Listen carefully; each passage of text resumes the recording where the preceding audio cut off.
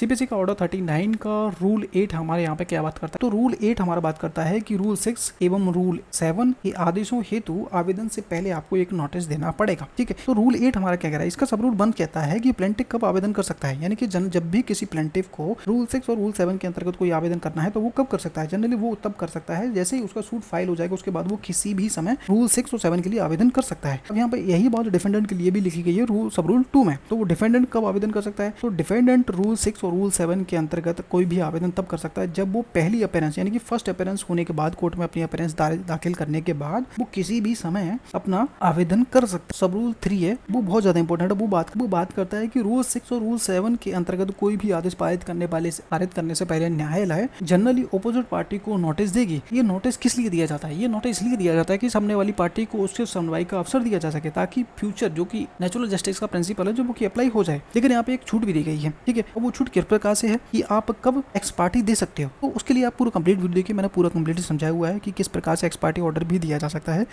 Hello everybody, welcome back this channel पर वापस से आ चुके हैं। सीपीसी के ऑर्डर 39 पे रूल 8, ठीक है, रूल 6 और 7 अपन पिछली वीडियो में पढ़ चुके हैं और आज की वीडियो हम रूल 8 पे बात करेंगे। ठीक है, अगर आपको मेरी वीडियो पसंद आती है, वीडियो को लाइक, चैनल को सब्सक्राइब जरूर करिएगा। अगर कोई सजेशन हो, कुछ और चीज़ पढ़ना हो तो मेरे को कमेंट करके बता सकते हैं, अपन वो चीज़ भी पढ़ लेंगे थोड़ा डिटेल में। ठीक है, तो चलिए शुरू करते हैं। रूल 8 क्या कह रहा है, तो सीपीसी का ऑर्डर 39 का रूल 8 हमारा कह रहा है कि नियम 6 और नियम 7 के आदेशों हेतु आवेदन से पहले नोटिस की बात कर रहा है। ठीक है, रूल 6 हमने पढ़ा, रूल 7 हमने पढ़ा। ठीक है, तो अब इनमें है क्या, रूल 6 से 7 में हम एक बार मैं स्वीकृति करता हूँ। रूल 6 कहता है कि इंटरिम सेल के बारे में और रूल 7 कहता था डिटेंशन, प्रिजर्वेशन और इंस्पेक्शन के बारे में, जो कि हमने पिछली वीडियो में पढ़े हैं। अगर आपने नहीं देखे तो पिछले वीडियो जाकर आप देख सकते हो। ठीक है, तो वन लाइनर से पहले समझते हैं कि रूल एक्चुअली में बात क्या कर रहा है। रूल कह रहा है कि रूल 6 यानी कि इंटरिम सेल या फिर रूल 7 यानी कि डिटेंशन, प्रिजर्वेशन और इंस्पेक्शन आदि के अंतर्गत आवेदन, यानी कि इन चीज़ों के लिए कोई आवेदन अगर ही किया गया है तो जनरली न्यायालय पहले अपोजिट पार्टी को यानी कि सामने वाली पार्टी को नोटिस देगी। केवल अत्यावश्यक स्थिति में ही उसे बिना नोटिस के आवेदन पारित किया जा सकता है। यानी कि जनरली क्या होगा, सामने वाली पार्टी को नोटिस देना होगा कि हम रूल 7 और रूल 6 के आवेदन पर जो भी निर्णय देने वाले हैं वो देने वाले हैं। ठीक है, जनरली तो आप नोटिस दोगे, लेकिन कुछ विशेष परिस्थितियाँ हो सकती हैं, आवश्यक परिस्थितियाँ हो सकती है, उनमें आप बिना नोटिस के भी ये पारित कर सकते हो। ठीक है, अब हम पहले ऑब्जेक्ट समझते हैं कि भाई रूल 8 का उद्देश्य क्या है, उसके बाद हम आगे डिटेल में पढ़ेंगे। ठीक है, उद्देश्य कह रहा है कि नेचुरल जस्टिस, प्राकृतिक न्याय के सिद्धांत का यहाँ पे पालन हो रहा है, क्योंकि हम सामने वाली पार्टी को जनरली मौका दे रहे हैं सुनने का, ऑपोजिट पार्टी को सुनवाई का मौका दे रहे हैं, रूल 6-7 की शक्तियों का दुरुपयोग होने से रोक रहे हैं। ठीक है, केवल अत्यावश्यक अर्जेंट मामलों में ही एक्स पार्टी की अनुमति यहाँ पर दी गई है। इसको और डिटेल में समझते हैं कि सबसे पहले हम ये देख लेते हैं कि रूल 6 तो वही हो गया जैसे कि मैंने बताया, इंटरिम सेल जो कि हमने पिछली वीडियो में पढ़ा है, डिटेंशन, प्रिजर्वेशन, इंस्पेक्शन वाला रूल 7, और रूल 8 में जो अभी हम पढ़ ही रहे हैं। ठीक है, तो ये कुछ लिंक प्रोविजन है जो आपको ध्यान रखने हैं इस रूल के अकॉर्डिंग। तो आगे बढ़ते हैं, तो यहाँ पर सब रूल 1, ठीक है, ऑर्डर 39 का रूल 8 का सब रूल 1 यहाँ पे कह रहा है कि प्लेंटिफ कब आवेदन कर सकता है, यानी कि प्लेंटिफ को अगर रूल 6 और रूल 7 के तहत कोई आवेदन करना है तो वो कब कर सकता है। तो यहाँ पे वादी रूल 6 और 7 के लिए अंतर्गत आवेदन सूट फाइल होने के बाद किसी भी समय कर सकता है, यानी कि एनी टाइम कर सकते हो।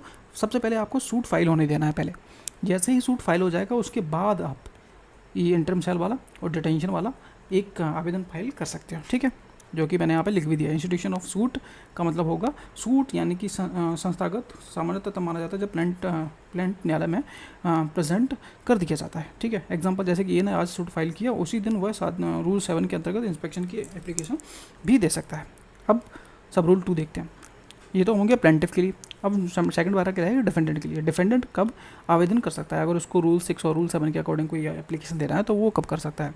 तो डिफेंडेंट रूल 6 और 7 के अंतर्गत आवेदन कोर्ट में अपीयरेंस, अपनी उपस्थिति दर्ज करने के बाद किसी भी समय, यानी कि प्लेंटिफ का सूट फाइल हो गया मान लीजिए, ठीक है, अब डिफेंडेंट को बुलाया गया, जैसे ही डिफेंडेंट हाजिर हो जाएगा उसके बाद तुम किसी भी समय फाइल कर दो ये 6 और 7 की एप्लीकेशन। ठीक है, सिंपल सा है, कुछ है ही नहीं इसमें। सेकंड वाले में नोट है, अपीयरेंस का मतलब क्या होगा, प्रतिवादी के पहली बार न्यायालय में उपस्थित होकर बाद में भाग लेना, चाहे वो खुद आ जाए चाहे वो अपने एडवोकेट के माध्यम से कर ले। ठीक है, बी को समझ मिला, जो डिफेंडेंट है वह कोर्ट में उपस्थित हो गया, अब वह 6 और 7 के अंतर्गत एप्लीकेशन दे सकता है। तो बस सिंपल सा था।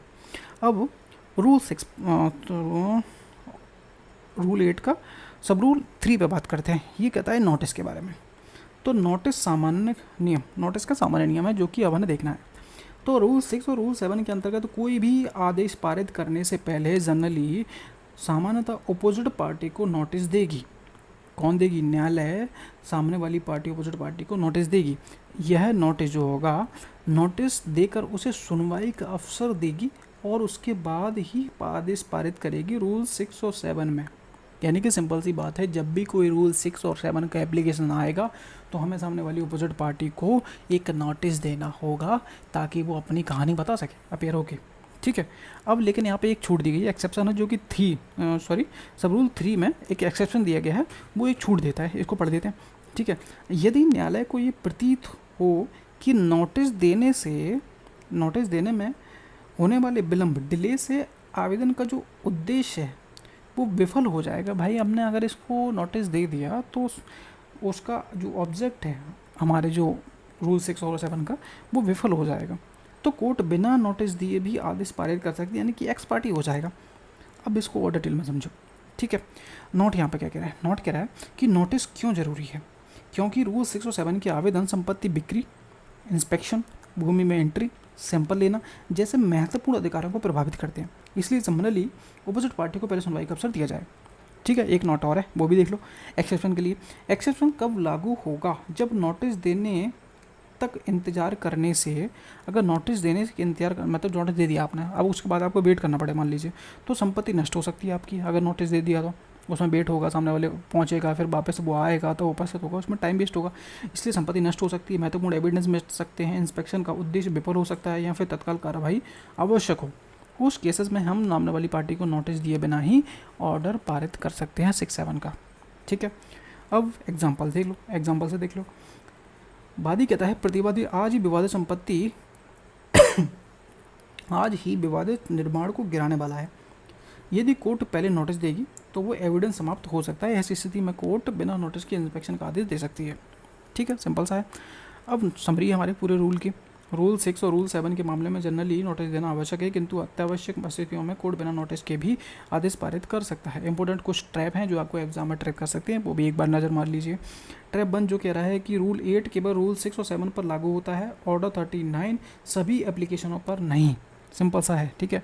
ट्रैप 2 है जो कहता है कि नोटिस जो है सामान्यतः एक जनरल रूल है, बिना नोटिस आदेश देना केवल एक एक्सेप्शन के तौर पर काम करेगा, अपवाद के तौर पर, ठीक है। ट्रैप 3, कोर्ट बिना नोटिस तभी आदेश दे सकती है जब उसे लगे कि डिले से आदेश का उद्देश्य विफल हो जाएगा। सिर्फ अर्जेंसी का दावा कर देना पर्याप्त नहीं होगा, कोर्ट को इस बारे में संतुष्ट होना, सेटिस्फाई होना जरूरी है, ठीक है।